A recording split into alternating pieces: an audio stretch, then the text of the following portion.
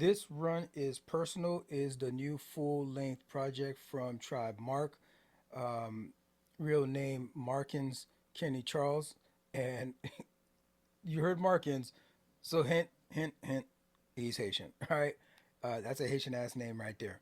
This Haitian American singer, songwriter, and rising music artist from Newark, New Jersey, is going viral, gaining recognition, making a name for himself.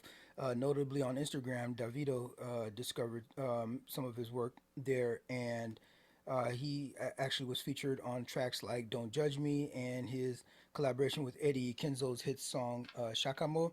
For him, this run is personal is exactly like the title suggests. It's a statement.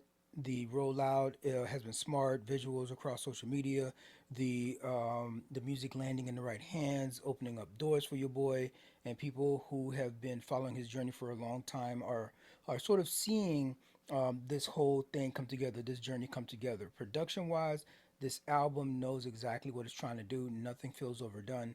The beats create space for Tribe Mark to be himself, and that is one of the project's biggest strengths. A few things on the production tip. The sequencing keeps everything moving naturally. It feels like you're going somewhere, like there's a purpose to the placement of the tracks, the cohesion of the way the songs come together. The engineering is clean. Vocals stay front and center, but they don't overshadow uh, Tribe while he's trying to tell his story about his journey. The beats don't compete in that sense, right? They just provide a support system for everything. The instrumentation is subtle on here.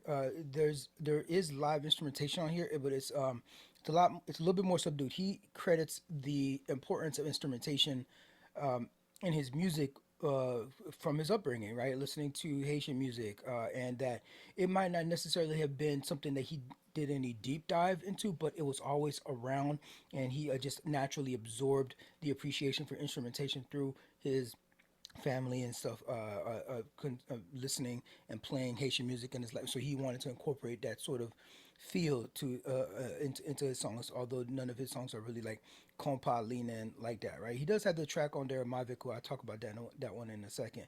But definitely some tracks that to to to run back. Sheesh, which is a bass heavy track. It's the third one on this project here. Toronto Thoughts is dope. The beat is super minimal, which lets him talk his talk. He sounds comfortable and confident here. He says, "So y'all boys is getting hype now. Little niggas is getting hype now. That's who really skilled, man. Your boys better pipe down. Your fans kind dumb, and y'all just selling lifestyle. Yeah, we with all that jewelry. I see through that foolery. Your boys ain't fooling me.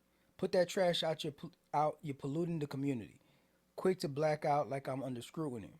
Every verse cool to me. Me and my pen unity. Show my ass usually. I promote nudity.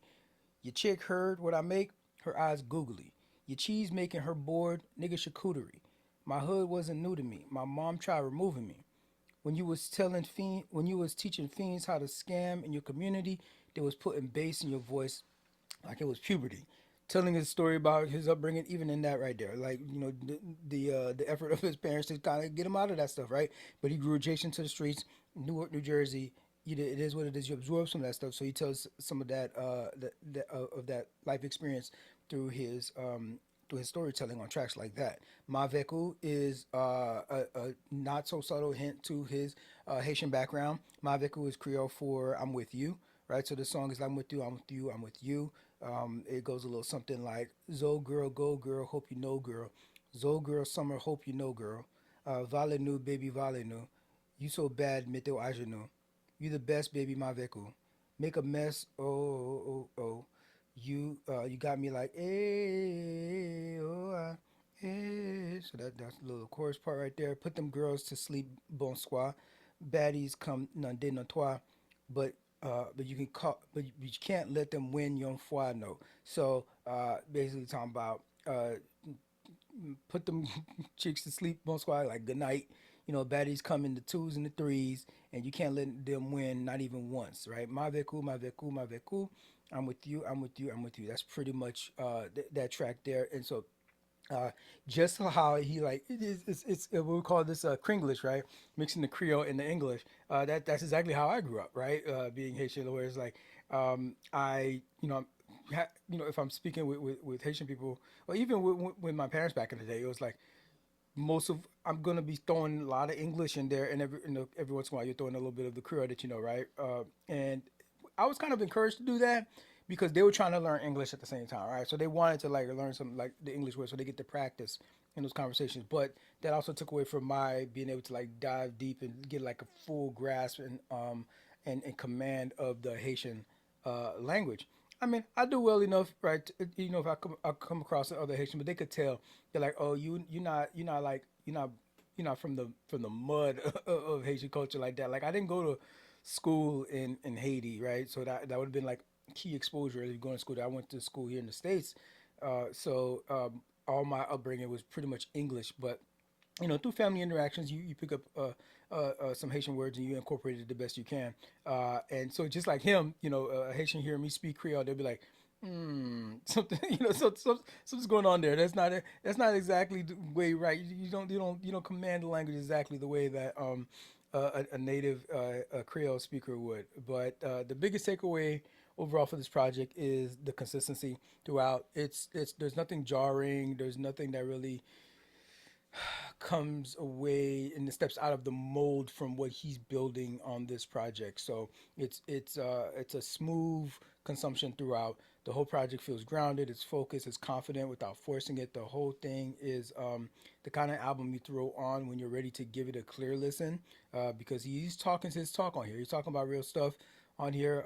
It's not a non sequitur after non sequitur like some rappers do, which can be fun. It can be fun. It's just not this experience on this one where he's actually talking about stuff. He's actually talking about real moments, and consequences and things of that nature, like cause and effect, in the different stories that he's telling through different tracks. More than anything, it feels like Tribe is playing the long game. He's building his own lane. The project is coming at a time um, uh, that he's in the upswing, right? He's rubbing elbows in different spaces that he wasn't before. He's being invited into rooms, and so he's building a catalog that can like maybe foresee him before he walked into a room. Kind of like setting a reputation of like what he offers as an artist versus just a rapper. He talks about that in interviews I've listened to where he's not talking bad about other rappers or anything, but he's like saying there's a difference though between just being a rap performer, for example, and an actual artist. An artist is, it involves song building, right? It involves there's marketing in that as well. There's creating a story.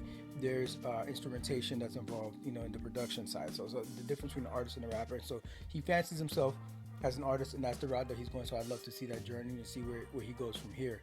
If you appreciate artists that care about the craft and let the music speak for itself, this project here, this run is personal. Yeah, it's worth your time.